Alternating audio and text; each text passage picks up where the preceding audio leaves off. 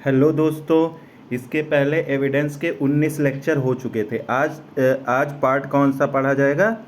Part 20। आज part 20 की बारी है। इसका पेन चेंज कर देता हूँ। आज पार्ट 20 है। तो देखो, इस चैप्टर को शुरू करने से पहले पहले मैं कुछ चीज़ें आपको बता देता हूँ। जो इंडियन एविडेंस एक्ट और किसमें, बीएसए में। तो सबसे पहले जानो, इंडियन एविडेंस में 3 पार्ट थे।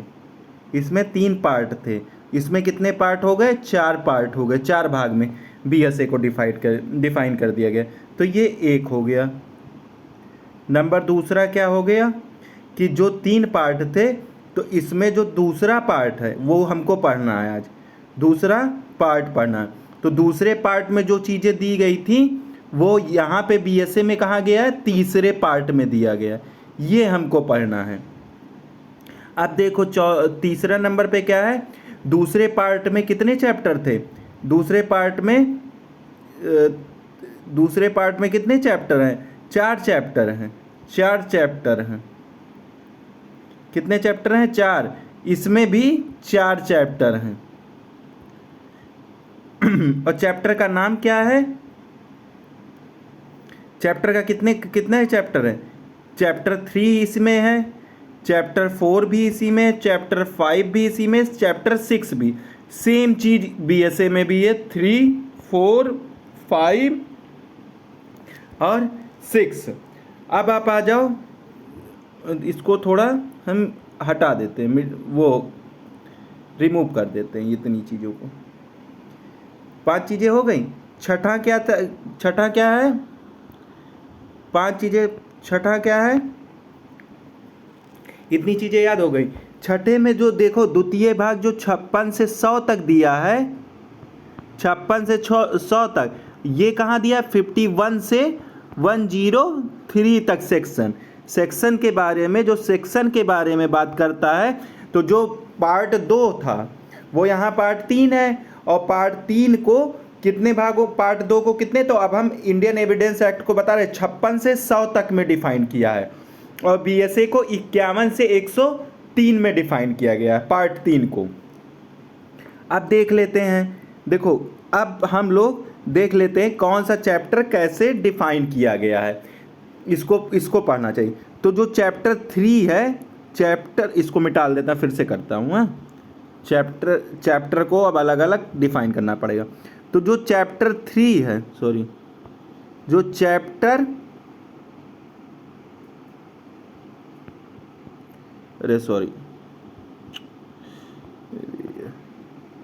आएगा नहीं ना। चैप्टर जो कौन सा 3 है, इधर भी चैप्टर 3 ही है, बीएसए में भी चैप्टर, लेकिन उसका सेक्शन क्या है? सेक्शन 56 से 58 दिया गया है। और ये 51 से 53 दिया है। तो 53 दिया है। तो ये हम ऑलरेडी चैप्टर 3 पढ़ चुके हैं। अब आ जाओ चैप्टर 4। यहाँ भी वो है, चैप्टर 4 है, वही चीज़ें दी गई हैं। तो चैप्टर 4 में, तो इसको हम आपको इसी से पढ़ा देते हैं। जो चीज़ें दी गई हैं तो हम इसको इसी से पढ़ा देते हैं, क्योंकि मैं बना के लेके आया तो इसका क्या मतलब रह जाएगा, लिखने का टाइम बच जाएगा। देखो, चैप्टर 3 जो है, चैप्टर 3 56 से 58 दिया है। वो कहाँ दिया गया है? चैप्टर 3 51 से 53 में दिया गया है। तो ये कौन से? ये बीएसए के 51 से 53 में दिया गया है। अब आप आ जाओ, इस चैप्टर का क्या नाम है? ऐसे तथ्य जिनका साबित किया जाना आवश्यक नहीं है। तो ये चैप्टर मैंने आपको पढ़ा दिया ऑलरेडी। अब आ जाओ नेक्स्ट पे। तो चैप्टर 4 जो है, चैप्टर 4 59 और 60, ये चैप्टर 4 है, लेकिन ये 54 और 55 है। जो 59 और 60 में दिया था वो 54 और 55 में दिया। ये क्या है? मौखिक साक्ष्य के विषय में। क्या कहता है? मौखिक साक्ष्य के विषय में कहता है। अब आप आ जाओ नेक्स्ट, चैप्टर 5 जो है, 61 से 90A में जो चीज़ें दी गई हैं वो अब कहाँ बीएसए में दी गई हैं? चैप्टर 5 में 56 से लेके 93 तक दी गई हैं, 56 से लेके 93 तक दी गई, ये दस्तावेजों के विषय में। तो आज हमको क्या पढ़ना है? यही चैप्टर 5 पढ़ना है आज।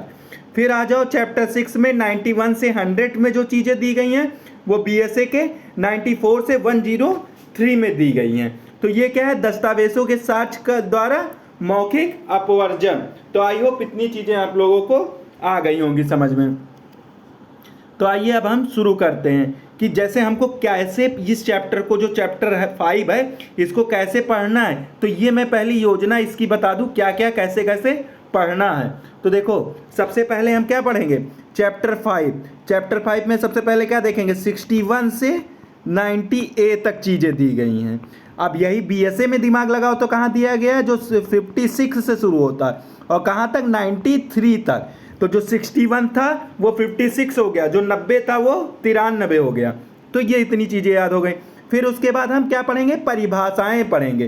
प्राथमिक साक्ष्य की परिभाषा पढ़ेंगे, द्वितीयक साक्ष्य की पढ़ेंगे, लोक दस्तावेज की और निजी दस्तावेज की। तो इतनी चीज़ें पढ़ लेंगे। अब आप आ जाओ नेक्स्ट पे, क्या क्या पढ़ना पहले वो देख लिया जाए ना, तो सही रहेगा।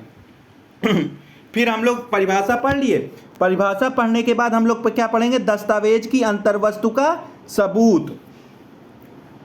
फिर क्या पढ़ेंगे, दस्तावेज की अंतर्वस्तु का सबूत। तो प्राथमिक साक्ष्य और द्वितीयक साक्ष्य, तो ये कहाँ दिया है, ये 61 में सबूत के बारे में, प्राथमिक साक्ष्य के सबूत के बारे में और द्वितीयक साक्ष्य के सबूत के बारे में।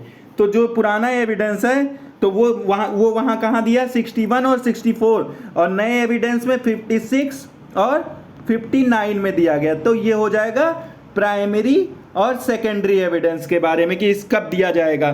फिर आ जाओ पब्लिक लोक दस्तावेज के बारे में सबूत कहाँ है, पब्लिक डॉक्यूमेंट के बारे में। तो वो कहाँ दिया गया है, 77 में, और उसमें बीएसए में कहाँ दिया गया है, 76 में। तो ये क्या है, पब्लिक डॉक्यूमेंट के बारे में, पब्लिक डॉक्यूमेंट के बारे में हो जाएगा। फिर नेक्स्ट आ जाओ अनाधिकारी या शासकीय दस्तावेजों के बारे में सूचना। तो शासकीय दस्तावेजों के बारे में कहाँ, 78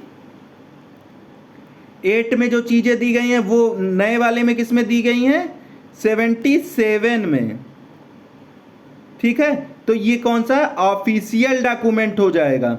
तो ऑफिशियल डॉक्यूमेंट के बारे में कहाँ दिया है, अनाधिकारिक दस्तावेजों का सबूत कब दिया जाएगा, वो कहाँ बताया गया है, पुराने में 78 में बताया गया था और नए में कहाँ बताया गया, 77 में बताया गया है। अब आ जाओ, इतनी चीज़ें पढ़ ली। फिर थर्ड नंबर पे, पहले पे परिभाषा पढ़ लिए, दूसरे में सबूत पढ़ेंगे, तीसरे में अब क्या पढ़ेंगे, इलेक्ट्रॉनिक अभिलेखों की अंतर्वस्तु के बारे में सबूत। तो किसके बारे में, इलेक्ट्रॉनिक अभिलेखों की अंतर्वस्तु के बारे में सबूत पढ़ेंगे। तो अब इलेक्ट्रॉनिक अभिलेखों के बारे में, अंतर्वस्तु के बारे में सबूत कैसे पढ़ेंगे, वो भी देखना पड़ेगा भाई। तो इलेक्ट्रॉनिक अभिलेखों के बारे में सबूत क्या होता है, तो इलेक्ट्रॉनिक अभिलेख कहाँ दिया है, 65A और 65B। तो जो चीज़ें 65A में दी गई थी वो कहाँ अब दे दी गई, नहीं में 62 में, और जो अब जो 65B में था वो कहाँ दे दिया गया, 63 में। तो ये इतनी चीज़ें हो गई। तो ये किसके बारे में हो गया, इलेक्ट्रॉनिक, अगर कोई वो था, इलेक्ट्रॉनिक डॉक्यूमेंट कोई था तो उसका सबूत कब पेश करेंगे, वो कहाँ, 65A और 65B में बताया गया था। अब आ जाओ, फिर क्या पढ़ेंगे, प्रिजम्पशन पढ़ेंगे, परिकल्पनाओं के बारे में पढ़ेंगे कि कौन सी दस्तावेज पे सेल्फ प्रिज्यूम करती, कौन में प्रिज्यूम करती, कौन कंक्लूसिव प्रूव करती है। तो दस्तावेजों की परिकल्पनाएं, तो दस्तावेजों के संबंध में दो परिकल्पनाओं को मैंने दो आधार पे बात दिया है, दस्तावेजों के संबंध में परिकल्पनाएं और इलेक्ट्रॉनिक अभिलेख के संबंध में परिकल्पनाएं। तो इसको थोड़ा बड़ा करके हम देख लेते हैं इसी में। देखो, तो जो चीज़ें 79 में दी गई थी वो 78 में दी गई, जो 80 में दी गई तो इसको पढ़ लो, 70, 80, 81, 82, 83, 84, 85, 87, 88। तो इसमें कोई अंतर नहीं है, तो इसको हम लिख सकते हैं 79 to 90 तक लिख सकते हैं। आई होप इसको लिख सकते हैं ना परिकल्पना के बारे में। लेकिन बीएसए में क्योंकि एक क्लास हटा दिया गया तो इसमें कुछ दिक्कतें आएंगी। तो हम कहाँ तक पढ़ेंगे, पहले 78 से कहाँ तक, 80 तक पढ़ लेंगे। 80 तक एक पार्ट पढ़ेंगे, 81 आ जाएगा तुम्हारा इलेक्ट्रॉनिक वाले में। 81 कहाँ जाएगा, इलेक्ट्रॉनिक में। फिर 82 से पढ़ेंगे 84 तक, फिर कहाँ तक 85, 86, 87, 3 सेक्शन तुम्हारा इलेक्ट्रॉनिक उसमें आ जाएगा। फिर 88 और 89 पढ़ लेंगे, 88 और 89 पढ़ लेंगे, और फिर 90 ये इलेक्ट्रॉनिक में आ जाएगी। फिर 91 और 92, तो इतनी चीज़ें पढ़नी हैं। तो 78, 79, 80, 82, 83, 84, 80, तो ये चीज़ें तुम्हारी होगी दस्तावेजों, आप लोगों की होगी दस्तावेजों के बारे में। अब इलेक्ट्रॉनिक अब लिख के, तो जो 81A में दिया गया था वो 81 में दे दिया गया, जो 85A में दिया गया था उसको 85 में दे दिया गया, जो 86 में दिया गया था, जो 85B में दिया था वो 86 में दे दिया गया, जो 85C में था वो 87 में दे दिया गया, जो 88A में था वो 90 में दे दिया गया, जो 90A में था वो 93 में दे दिया गया। तो इलेक्ट्रॉनिक अभिलेख के बारे में तो इतनी चीज़ें इस चैप्टर में पढ़नी है। तो अब हम शुरू करेंगे कि क्या हमें इसमें कुछ बचा तो नहीं है, देख लेते हैं पहले इसमें। अब और क्या बचा है, अन्य नियम, कुछ और छोटे छाटे होंगे तो अन्य नियम इसके दस्तावेज के बारे में होगा, वो भी हम लोग पढ़ लेंगे। अब आप आ जाओ नेक्स्ट पे। नेक्स्ट अब हम शुरू करते हैं। तो हमने क्या कहा था, अब परिभाषा से शुरू करेंगे। तो परिभाषा आइए देखते हैं परिभाषा क्या है। तो सबसे पहले देखो, पढ़ना तो चाहिए दस्तावेज की अंतर्वस्तु के सबूत के बारे में, लेकिन हम कैसे जैसे अपनी योजना बनाएं उस योजना के अनुसार पढ़ेंगे। तो अब हम सबसे पहले क्या पढ़ेंगे, प्राथमिक दस्तावेज। क्या पढ़ेंगे, प्राथमिक साक्ष्य किसे कहते हैं। तो प्राथमिक साक्ष्य किसे कहते हैं, प्राथमिक साक्ष्य न्यायालय के निरीक्षण के लिए पेश की गई दस्तावेज स्वयं अभिप्रेत है। तो नंबर एक चीज़, प्राइमरी एविडेंस किसे कहते हैं, जो न्यायालय के निरीक्षण के लिए पेश की गई, किसे कहते हैं, document itself produced by inspection of by court. तो कैसा डॉक्यूमेंट, जो इंस्पेक्शन के लिए किसके, इंस्पेक्शन के लिए मतलब निरीक्षण के लिए कहाँ प्रोड्यूस किया गया, न्यायालय में प्रोड्यूस किया गया। कहाँ प्रोड्यूस किया गया, प्रोड्यूस कहाँ किया गया, ये कहाँ किया गया, कोर्ट में। तो न्यायालय के निरीक्षण के लिए, इंस्पेक्शन के लिए जो डॉक्यूमेंट न्यायालय में प्रोड्यूस दाखिल किया गया उसी को क्या कहेंगे, हम प्राइमरी एविडेंस कहेंगे। अब आप आ जाओ, इसमें कुछ चेंजिंग है, जो नया BSA है उसमें भी कुछ चेंजिंग इसके इलस्ट्रेशन में, एक्सप्लेनेशन में किया गया है। तो अभी मैं पढ़ा देता हूँ, फिर वो भी लेके आया हूँ, उसको भी आज मैं बता दूंगा क्या क्या चीज़ें हैं। अब आ जाओ, क्या कहता है कि जहाँ की कोई दस्तावेज कई मूल प्रतियों में निष्पादित है, वहाँ हर एक मूल प्रति उस दस्तावेज का क्या होगा, प्राथमिक साक्ष्य होगा। तो अब आओ इसको समझ लेते हैं पहले, तब आगे बढ़, तब नेक्स्ट पढ़ते हैं। तो एक्सप्लेनेशन फर्स्ट, एक्सप्लेनेशन फर्स्ट क्या कहता है, document executed in several part, कई पार्टों में। अब सेवरल पार्ट का मतलब क्या, जैसे ये डॉक्यूमेंट है, अब ये ABCD, तो ये क्या है, ये कई पार्टों में है। एक पार्ट ये हो जाएगा इस डॉक्यूमेंट का, एक पार्ट ये, सेवरल पार्ट्स, एक पार्ट ये हो जाएगा। तो ये जहां दस्तावेज कई भागों में एग्जीक्यूटेड किया गया हो, क्या किया गया हो, निष्पादित किया गया हो कई भागों में, फर्स्ट भाग में, सेकंड भाग में, थर्ड भाग में, कई भागों में एग्जीक्यूटेड किया गया हो। क्या किया गया हो, कई भागों में एग्जीक्यूटेड किया गया हो। तो उसी को हम क्या कहते हैं, प्राइमरी एविडेंस कहते हैं। क्या कहते हैं, प्राइमरी एविडेंस कहते हैं। जहां की कोई दस्तावेज, ये दस्तावेज है कई मूल प्रतियों में निष्पादित है, मतलब जो ओरिजिनल कॉपी है ये कई मूल प्रतियों में जारी किया गया, सेवरल पार्ट में। क्या, सेवरल पार्ट में।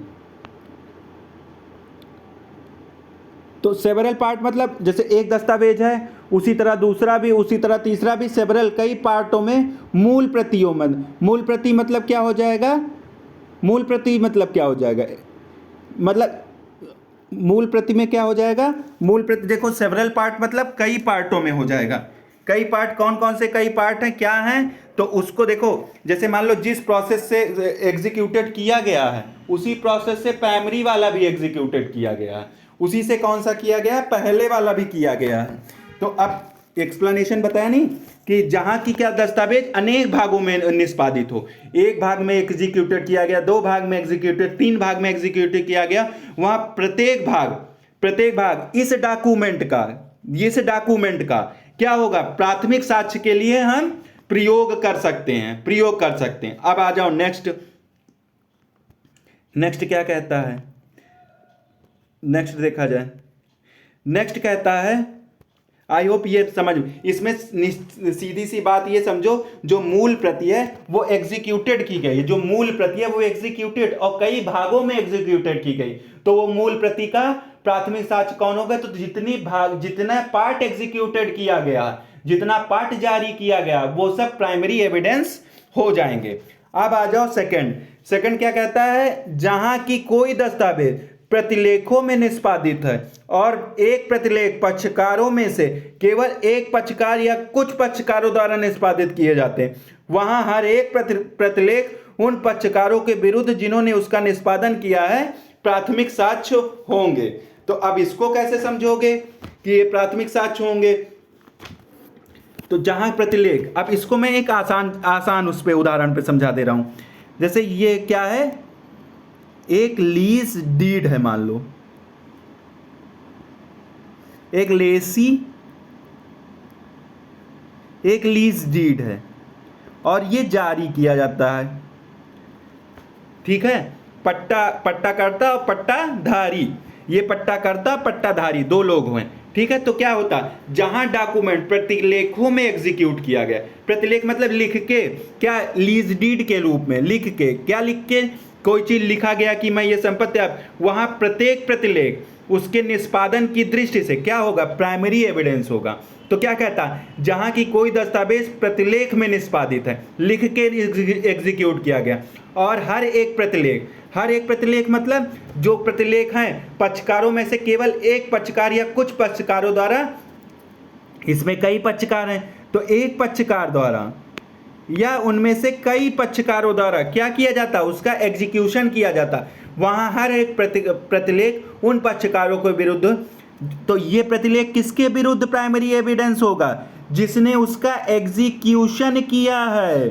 तो ये समझ लो, जिसने एग्जीक्यूशन नहीं किया है, निष्पादन नहीं किया, उस प्रतिलेख पे साइन नहीं किया है, उसके खिलाफ वो एविडेंस सेकेंडरी एविडेंस होगा, प्राइमरी नहीं होगा। लेकिन जिसने प्रतिलेख जारी किया, जिसने प्रतिलेख एग्जीक्यूट किया है, उसके खिलाफ वो एविडेंस कैसा होगा, प्राइमरी एविडेंस। तो पहले में सेवरल पार्ट, दूसरे में क्या है, दूसरे में काउंटर पार्ट में है, दूसरे में क्या है, काउंटर पार्ट में, कई काउंटर पार्टों में, सेवरल पार्ट्स में और काउंटर पार्ट में, इसको याद कर लेना, काउंटर पार्ट में, इसको काउंटर पार्ट से याद करना, वहां सेवरल पार्ट दिया, यहां काउंटर पार्ट दिया है, ठीक है। इतनी चीजें, दो दस्तावेज है छोटे छोटे, जैसे मान लो, अब आपको इतनी चीजें आई होप समझ में आ गई होंगी। अब आप आ जाओ नेक्स्ट क्या है देखते हैं।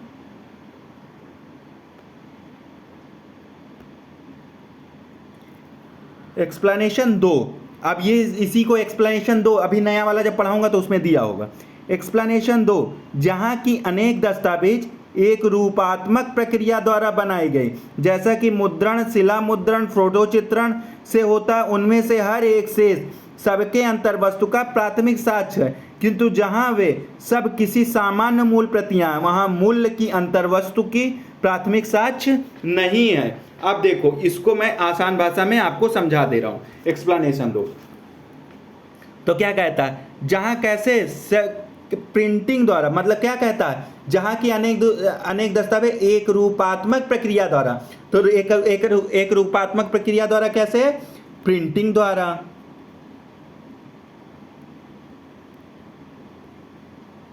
प्रिंटिंग द्वारा हो जाएगा, लिथोग्राफी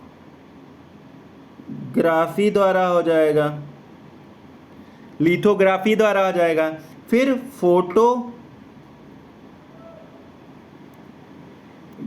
द्वारा हो जाएगा। तो ये प्रिंटिंग, लिथोग्राफी और फोटोग्राफी क्या कहता है, यूनिफॉर्म प्रोसेस से, इट इज कैसे किया गया है, it is uniform process, process. ठीक, तो ये कैसे, एक रूपात्मक प्रक्रिया, एक रूपात्मक प्रक्रिया द्वारा, मतलब जिससे प्राइमरी, जैसे मान लो प्रिंटिंग से बनाया गया तो प्रिंटिंग से एक रूपात्मक प्रक्रिया द्वारा बनाया गया है। किसके द्वारा? एक रूपात्मक प्रक्रिया द्वारा। समरूप प्रक्रिया के उदाहरण है। अब मान लो जैसे क्या है, अब इसका एक चीज और है, ये क्या है, क्या कहता है, ये एक दस्तावेज है, ये एक दस्तावेज, इसमें कुछ चीजें लिखी गई हैं। क्या कहता है, देखो, तो ये क्या हो जाएगा, कॉमन ओरिजिनल हो जाएगा। ये कॉमन ओरिजिनल है, ये कॉमन ओरिजिनल है। इसको कैसे, फोटोकॉपी द्वारा, जैसे आपने अपनी कॉपी लिखी, आपने लिखी और उसकी क्या कही, फिर फोटोकॉपी करा दी, एक फोटोकॉपी कराई, ये फोटोकॉपी हो जाएगा। तो ये तो प्राइमरी एविडेंस हो जाएगा, लेकिन ये सेकेंडरी एविडेंस हो जाएगा। फोटोकॉपी कराए, लेकिन अब देखो, अब इस फोटोकॉपी से 100 फोटोकॉपी तैयार की गई, इस फोटोकॉपी से 100 फोटोकॉपी तैयार की। तो जब फोटोकॉपी से फोटोकॉपी बनाया जाएगा तो वो क्या हो जाएगा, प्राइमरी एविडेंस हो जाएगा। पहला भी प्राइमरी एविडेंस होगा और 100वां पार्ट या 1000वां भाग जितने फोटोकॉपी किए जाएंगे सब उस पहले वाले के लिए प्राइमरी एविडेंस हो जाएगा। लेकिन जहां कॉमन ओरिजिनल है उससे अगर किया गया है तो कॉमन ओरिजिनल प्राइमरी एविडेंस, बाकी सबको सेकेंडरी एविडेंस माना जाएगा। तो ये जान लो, कॉमन ओरिजिनल से सारी कॉपियां बनी हैं, कॉमन ओरिजिनल से एक कॉपी, उस एक कॉपी से सारी कॉपियां बनी हैं। तो ये क्या हो जाएगा, क्या दिया है, जहां एक कॉमन ओरिजिनल से तमाम प्रतियां बनाई गई और ये प्रतियां यूनिफॉर्म प्रोसेस है, मतलब फोटोकॉपी करके बनाई गई। कितनी, 1000 कॉपियां बनाई गई। तो वो जहां उसमें क्या है, तो वे प्रतियां, मतलब एक का ये एक दूसरे के लिए प्राइमरी एविडेंस होगा, वे प्रतियां एक दूसरे के लिए प्राथमिक साक्ष्य होंगी, परंतु जो कॉमन ओरिजिनल के लिए वो प्रतिमा प्राथमिक साक्ष्य नहीं होंगी, इसके लिए वो प्राथमिक साक्ष्य नहीं होगा। ये बात याद रख लेना। तो आई होप आपको इतनी चीजें समझ में आ गई होंगी। अब आप आ जाओ नेक्स्ट पे, तीसरा हो गया, आपको ये चीजें समझ में, अब इसमें ज्यादा कुछ नहीं पढ़ना है और आपका ज्यादा कुछ इसमें छूटा नहीं है, सारी चीजें हो गई। अब आप आ जाओ नेक्स्ट पे। नेक्स्ट क्या कहता है कि द्वितीयक साक्ष्य किसे कहते हैं। द्वितीयक साक्ष्य से अभिप्रेत है। अब प्राइमरी एविडेंस पढ़ लिए, अब सेकेंडरी एविडेंस किसे कहेंगे, ये बहुत इंपॉर्टेंट है।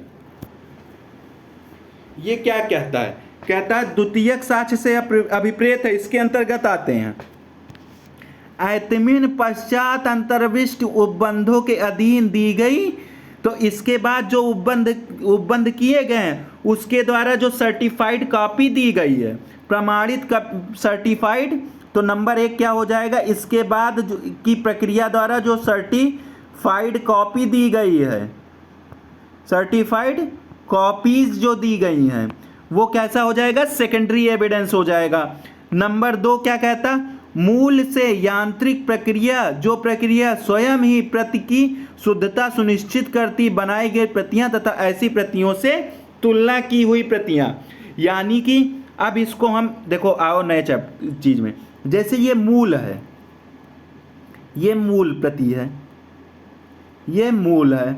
अब इससे क्या किया गया, मैकेनिकल प्रोसेस से, क्या कहता है, देखो पढ़ो, यांत्रिक प्रक्रिया यानी कि मैकेनिकल प्रोसेस से क्या, और क्या कहता है, शुद्धता, एक्यूरेसी को ध्यान में रख के, एक्यूरेसी को ध्यान में रख के क्या बनाई गई, कॉपीज की गई। ये क्या की गई, कॉपीज की गई। या क्या किया गया, फिर क्या कहता है, शुद्धता सुनिश्चित करके प्रतियां बनाई गई, या उन प्रतियों की तुलना करती हुई प्रतिलिपियां, या कंपेयर्ड करके, ये जो एक प्रतिलिपि बनाई गई इनसे कंपेयर्ड करके बनाई गई, कंपेयर्ड करके। यानी कि जो मूल प्रति, मान लो आपका जो आपने हाथ से लिखा था, वो कैसे मैकेनिकल प्रोसेस से फोटोकॉपी कर दी गई। तो वो फोटोकॉपी जो पहले वाला मैंने इसके पहले बताया था, वो जो 1000 कॉपी, एक से लेके 1000 कॉपी, वो एक दूसरे के लिए प्राइमरी एविडेंस होंगी, लेकिन जिस मूल प्रति से किया गया है वो सेकेंडरी एविडेंस होगा। तो वही बता, इस मूल प्रति को मान लो इस मूल प्रति से कई फोटोकॉपियां की गई हैं, कई फोटोकॉपियां की गई, तो वो फोटोकॉपियां जो मूल प्रति है उसका क्या हो जाएगा, जो आपने लिखा है अपने हाथ से उसका, वो जो आपने फोटोकॉपी कराया वो फोटोकॉपी सेकेंडरी एविडेंस होगा। पहले आप न्यायालय में अपनी लिखी हुई, हाथ से लिखी हुई कॉपी ही प्रोड्यूस करेंगे। जब आप वो नहीं प्रोड्यूस कर पाएंगे तब आपको जो फोटोकॉपी है वो आप न्यायालय में प्रोड्यूस करेंगे। तो वही यहाँ पे बताता है, वही हो जाएगा आपका क्या बोलते हैं, सेकेंडरी। तो इसमें क्या मैकेनिकल प्रोसेस से तैयार किया गया हो और उसमें शुद्धता रखी गई हो, या उन कॉपियों को कंपेयर्ड करके बनाया गया हो। तो आई होप इतनी चीजें आपको समझ में आ गई होंगी। अब आप आ जाओ नेक्स्ट। नेक्स्ट क्या कहता है, नेक्स्ट क्या कहता है, मूल से बनाई गई, देखो क्या कहता है, मूल से बनाई गई या तुलना की गई प्रतियां। आप बताओ भाई, ये इसको थोड़ा यहीं पे मैं बता दे रहा हूं, बार बार वहां जाना ठीक नहीं है, यहीं बता दे रहा हूं, इसको थोड़ा इधर कर देता हूं बस। अब देखो, जैसे ये मूल है, ये क्या है, सॉरी ये मूल प्रति है, मूल प्रति है, ठीक है, ये मूल प्रति हो गया। अब इसको क्या करके बनाया गया, या तो मेड द्वारा, मेड बना के, अरे सॉरी मेड द्वारा, मेड करके बना के कॉपी किया गया, ठीक है। तो ये आपका सेकेंडरी एविडेंस हो जाएगा। या फिर मूल से ही, वहां किससे कंपेयर कर रहे थे, वहां जो कॉपीज बनाई उससे कंपेयर कर रहे थे, यहां किससे कंपेयर कर रहे हैं, यहां मूल से कंपेयर करके बनाई जा रही है। मूल से कंपेयर करके अगर कॉपी बनाई जा रही है तो भी वो क्या होगा, सेकेंडरी एविडेंस होगा। मूल से बनाई गई या तुलना की गई, मूल से या तो डायरेक्ट बनाई गई हैं या तुलना की गई हैं, तो ये आपका हो गया मेड किया गया या कंपेयर्ड किया गया मूल से। मूल प्रति से इसको ऐसे भी समझ सकते हो, जैसे मूल प्रति है, सॉरी मूल प्रति है, क्या किया गया, कॉपी किया गया है या कंपेयर्ड किया गया है, और क्या किया गया है, कंपेयर्ड किया गया है। तो ये जो कॉपी किया गया या कंपेयर्ड किया गया, ये दोनों क्या हो जाएगा, सेकेंडरी एविडेंस हो जाएगा। क्या हो जाएगा, सेकेंडरी एविडेंस हो जाएगा। तो आई होप इतनी चीजें आपको क्लियर हो गई। अब आप आ जाओ फोर्थ पे। फोर्थ क्या कहता है, इसको हटा देता हूं, यही समझ में आएगा, इसको हटा देता हूं। अब आ जाओ फोर्थ क्या कहता है। फोर्थ कहता है उन पक्षकारों के विरुद्ध जिन्होंने उसे निष्पादित नहीं किया है दस्तावेजों के प्रतिलेख, मुसन्ना प्रतिलेख क्या होंगे, सेकेंडरी। तो वहां जो प्रतिलेख मैंने पहले उदाहरण में बताया है कि लीज वाला जो एक्सप्लेनेशन सेकंड में पढ़ाया मैंने, एक्सप्लेनेशन जब मैंने फर्स्ट का ही 2 पार्ट में पढ़ाया, एक में पहले में क्या पढ़ाया था, पहले में सेवरल पार्ट पढ़ाया था और दूसरे में काउंटर पार्ट। तो जिसने एग्जीक्यूट किया वो तो उसके लिए प्राइमरी एविडेंस होगा, लेकिन जिसने एग्जीक्यूट नहीं किया, देखो यहां पे दे दिया है, जिसने एग्जीक्यूट नहीं किया है, उस सेवरल पार्ट को जिसने एग्जीक्यूट नहीं किया है, जिसने लीज डीड एग्जीक्यूट नहीं की थी, उसके लिए वो क्या हो जाएगा, सेकेंडरी एविडेंस हो जाएगा। क्या हो जाएगा, सेकेंडरी एविडेंस हो जाएगा। इतनी बात पकड़ो, एक दूसरे का अंतर पकड़ो।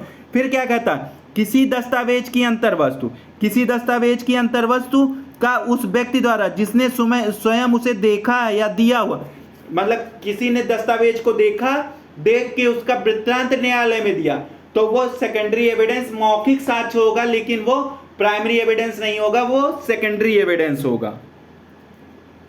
तो आई होप आप लोगों को इतनी चीजें समझ में आ गई होंगी। अब आप आ जाओ नेक्स्ट पे। नेक्स्ट क्या लेके आया हूं वो देखा जाए।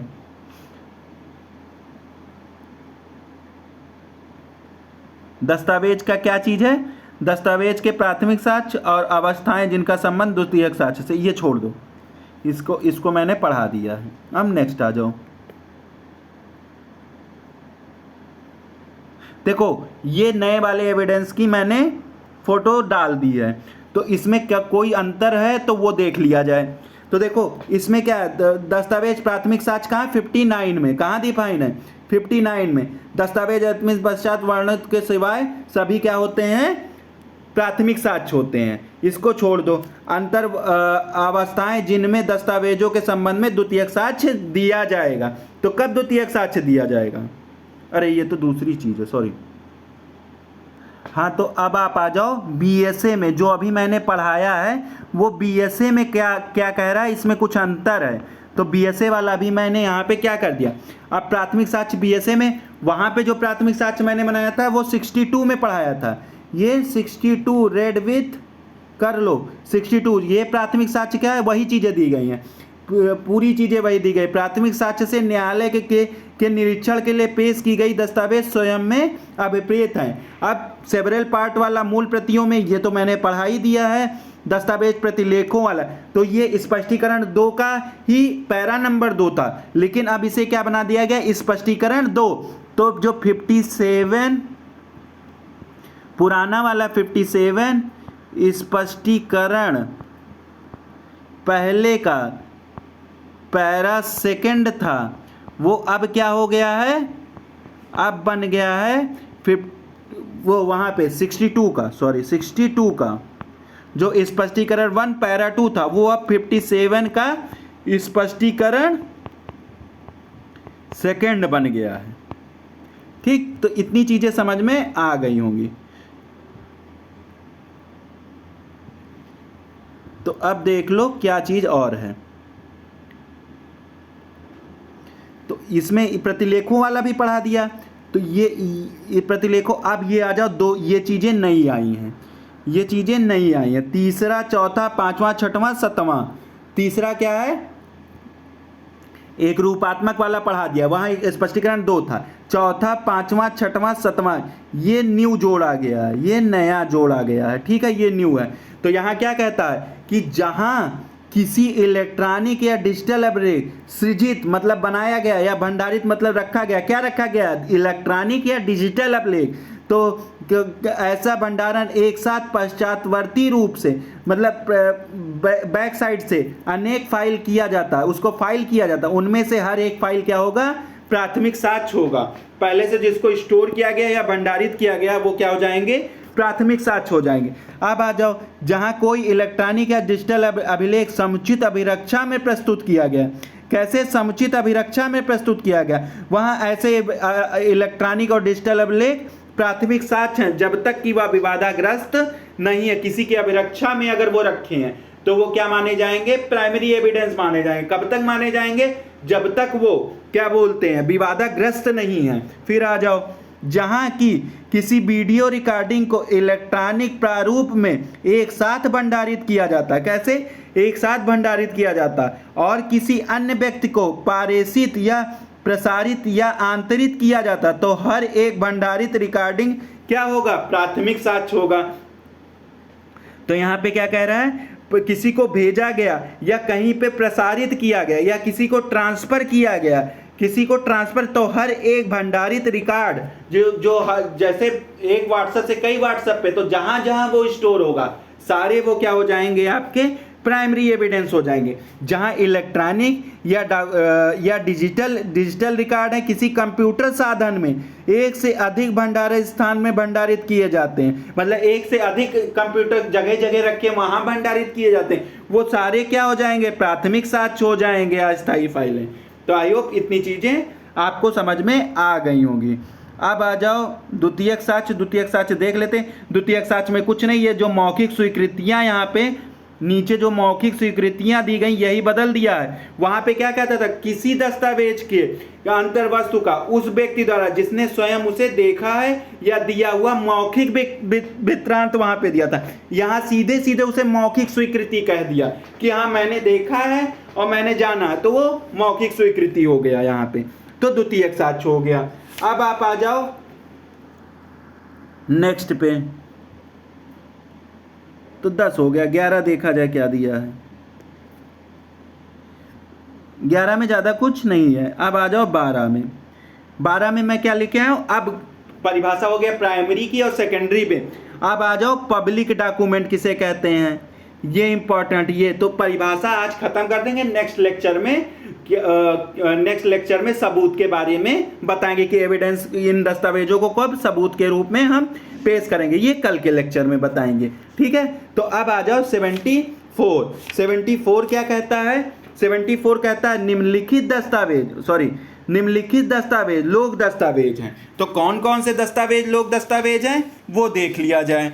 सबसे पहले तो प्रभुता संपन्न अधिकारी, कौन दस्तावेज? प्रभुता संपन्न अधिकारी, वे दस्तावेज जो प्रभुता संपन्न अधिकारी द्वारा जारी किए जाते हैं वो हैं।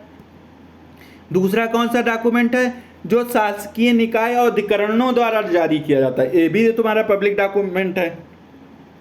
फिर क्या कहता है? भारत के किसी भाग के या कॉमनवेल्थ के या किसी विदेश के विधायी, न्यायिक या कार्यपालक लोक ऑफिसरों के कार्य के रूप में कार्यों का अभिलेख के रूप में है, तो ये भी तुम्हारा क्या हो जाएगा? पब्लिक डॉक्यूमेंट हो जाएगा। फिर किसी राज्य में रखे गए प्राइवेट दस्तावेज को क्या कहते हैं? लोक अभिलेख कहते हैं। क्या कहते हैं? लोक अभिलेख कहते हैं।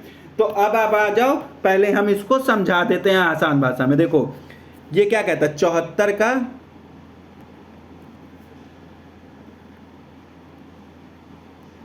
का सब क्लास 1।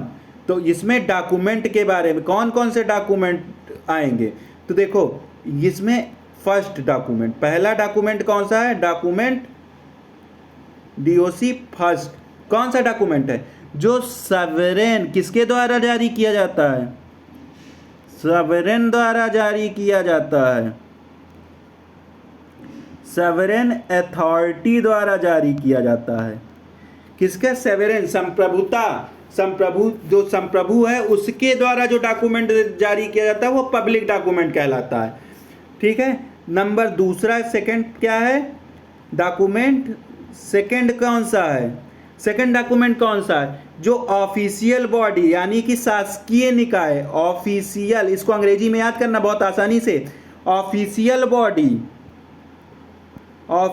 बॉडीज या ट्रिब्यूनल द्वारा, किसके द्वारा? ट्रिब्यूनल्स द्वारा जो डॉक्यूमेंट जारी किए जाते हैं उनको भी क्या? पब्लिक डॉक्यूमेंट कहते हैं। तो प्रभुता संपन्न अधिकारी द्वारा जो डॉक्यूमेंट जारी किए जाते हैं उनको पब्लिक डॉक्यूमेंट कहते हैं। जो शासकीय निकाय या ट्रिब्यूनल द्वारा जारी किए जाते हैं उनको भी पब्लिक डॉक्यूमेंट कहते हैं। तीसरा डॉक्यूमेंट कौन सा है? डॉक्यूमेंट 3 कौन है? अब ये बड़ा है तो इसको मैं थोड़ा मिटाल देता हूँ, तो आप लोगों ने ये चीज़ लिख लिया होगा।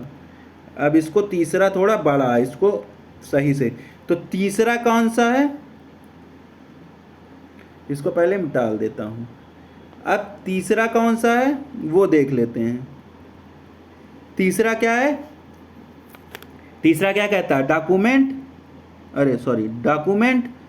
थर्ड डॉक्यूमेंट क्या है? पब्लिक ऑफिसर है। क्या है? पब्लिक ऑफिसर है।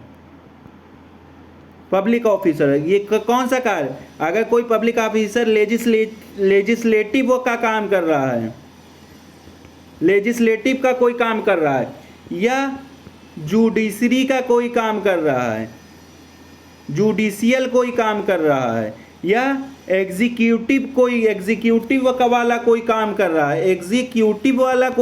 रहा है, तो उसके द्वारा जो डॉक्यूमेंट जारी किया जाता है वो भी क्या बोलते हैं? कौन सा डॉक्यूमेंट होगा? प्राइमरी डॉक्यूमेंट होगा। या part of India official officer है, वो क्या कहता है? किसी भारत के किसी भाग के लिए कोई डॉक्यूमेंट जारी करता, पार्ट ऑफ इंडिया, तो भी क्या हो जाएगा? वो क्या हो जाएगा? प्राइमरी डॉक्यूमेंट, अरे वो पब्लिक डॉक्यूमेंट हो जाएगा, पब्लिक डॉक्यूमेंट। या क्या करता है एक और? या क्या करता? फॉरेन कंट्री के लिए क्या करता है? फॉरेन कंट्री के लिए कोई वो कंट्री के लिए डॉक्यूमेंट जारी करता, तो भी क्या माना जाएगा? प्राइमरी डॉक्यूमेंट माना जाएगा। अब एक और आपका छूटा है, वो भी देख लिया जाए। आई होप इतनी चीज़ें समझ में आ गई होंगी। एक क्या छूटा है? सेकंड वाला। फर्स्ट में कितने डॉक्यूमेंट? 3 डॉक्यूमेंट के बारे में बता दिए। प्रभुता संपन्न अधिकारी द्वारा, ऑफिशियल बॉडी या ट्रिब्यूनल द्वारा, या पब्लिक ऑफिसर कैसा काम कर, कैसा डॉक्यूमेंट? लेजिस्लेशन वाला जो पब्लिक ऑफिसर है वो कोई काम कर रहा है, जुडिशियल या एग्जीक्यूटिव ऑफिसर जो है वो कोई काम कर रहा है, कोई डॉक्यूमेंट जारी कर रहा है, या पार्ट ऑफ इंडिया के लिए पब्लिक ऑफिसर काम कर रहा हो कोई डॉक्यूमेंट, या फॉरेन कंट्री के लिए कोई डॉक्यूमेंट जारी कर रहा है, तो ये 74 के सब क्लाज 1 के आएगा। अब 74 का सब क्लाज 2 क्या कहता है, ये लिखने को मेंस में आता है, इस वजह से मैं इतना डिटेल में इसको पढ़ा दे रहा हूँ। अगर इतना लिखा होगा तो नंबर जरूर मिलेगा, दिमाग में इतना तो बैठना चाहिए। क्या होना चाहिए है, तो वो क्या प्राइवेट डॉक्यूमेंट, ऐसे दिमाग में बैठा लो, इसी वजह से इसको शॉर्ट फॉर्म में करके पढ़ा है। तो वो प्राइवेट डॉक्यूमेंट, लेकिन उस प्राइवेट डॉक्यूमेंट को क्या किया गया है, ये प्राइवेट डॉक्यूमेंट को क्या किया गया, पब्लिक रिकॉर्ड के लिए रखा गया है। किसके, पब्लिक रिकॉर्ड के लिए रखा गया, सॉरी किसके लिए रखा गया है,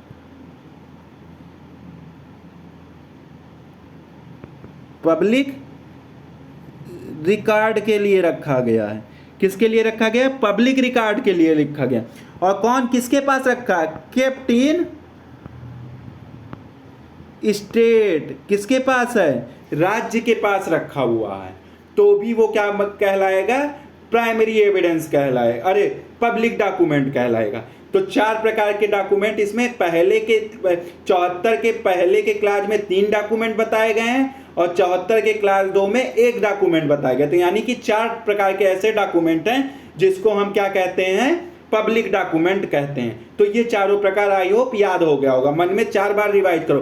प्रभुता संपन्न प्राधिकारी द्वारा या शासकीय निकाय या अधिकरणों द्वारा जारी किया जाता है, या पब्लिक ऑफिसर है, कैसा है वो, विधायी कृत्य कर रहा है या जुडिशियल या न्यायिक कृत्य कर रहा है, या पार्ट ऑफ इंडिया के लिए कोई काम कर रहा है, या फॉरेन कंट्री के लिए कोई ऑफिसर जो है वो कोई डॉक्यूमेंट जारी करता, तो उसको भी क्या कहते हैं, लोक दस्तावेज कहते हैं। और ऐसा पब्लिक रिकॉर्ड, ऐसा प्राइवेट डॉक्यूमेंट जो क्या पब्लिक रिकॉर्ड के लिए रखा गया और किसके उसमें अंतर्गत आता है, राज्य के पास वो चीज रखा है, कैप्टन स्टेट, यानी कि किसी राज्य में रखे गए हैं, तो वो भी क्या माने जाएंगे, पब्लिक डॉक्यूमेंट माने जाएंगे। ठीक है, आई होप इतनी चीजें समझ में आ गई होंगी। अब आ जाओ 74 फिर से देख लेते हैं क्या कह रहा है। तो और जितने डॉक्यूमेंट, उन 4 प्रकारों को छोड़कर जितने भी बचे वो क्या कहलाते हैं, प्राइवेट डॉक्यूमेंट कहलाते हैं। जितने भी उन चारों को छोड़ के जितने भी डॉक्यूमेंट बचे वो कैसे डॉक्यूमेंट कहलाएंगे, प्राइवेट डॉक्यूमेंट। वो 74 की जितने 4 डॉक्यूमेंट हैं उन 4 डॉक्यूमेंटों को छोड़ के जितने डॉक्यूमेंट बचे वो सब क्या कहलाएंगे, प्राइवेट डॉक्यूमेंट कहलाएंगे। अब आप आ जाओ नेक्स्ट पे, अब आप आ जाओ नए वाले एक्ट में क्या चीजें हैं, कुछ बदलाव हुआ है वो देख लेते हैं। तो नए वाले एक्ट में क्या बदलाव हुआ वो देख लेते हैं। देखो अब ने एक चीज देखो, जो इंडियन एविडेंस एक्ट था उसकी 2 धाराओं में 74 और 75 में जो चीजें दी गई थी वो बीएसए जो है, बीएसए के एक ही सेक्शन में 75 में जो 74-75 में दिया था वो कहाँ 74 में ही दे दिया गया। ये देखो लोक और प्राइवेट दस्तावेज को एक में कर दिया, बाकी कोई अंतर नहीं है, लोक और प्राइवेट दस्तावेज को एक में कर दिया। यानी कि जो 2 सेक्शन हम पढ़ते थे इंडियन एविडेंस एक्ट में 74 और 75 में जो चीजें मैंने पढ़ाई हैं वो यहाँ पे कहाँ है, एक ही सेक्शन में समाहित कर दिया, 74 में ही समाहित कर दिया। तो आई होप आप लोगों को इतनी चीजें समझ में आ गई होंगी। अगर समझ में आ गई हो तो प्लीज कमेंट कर देना, लाइक कर देना और सब्सक्राइब भी कर देना। सब्सक्राइबर बढ़ नहीं रहा है, इतनी मेहनत कर रहा हूँ, लेकिन चलिए कोई बात नहीं, जितने लोग पढ़ रहे हैं उनको फायदा मिले बस मैं ये चाहता हूँ। बाकी जिसको पढ़ना होगा वो पढ़ेगा। ठीक है, ओके, थैंक यू।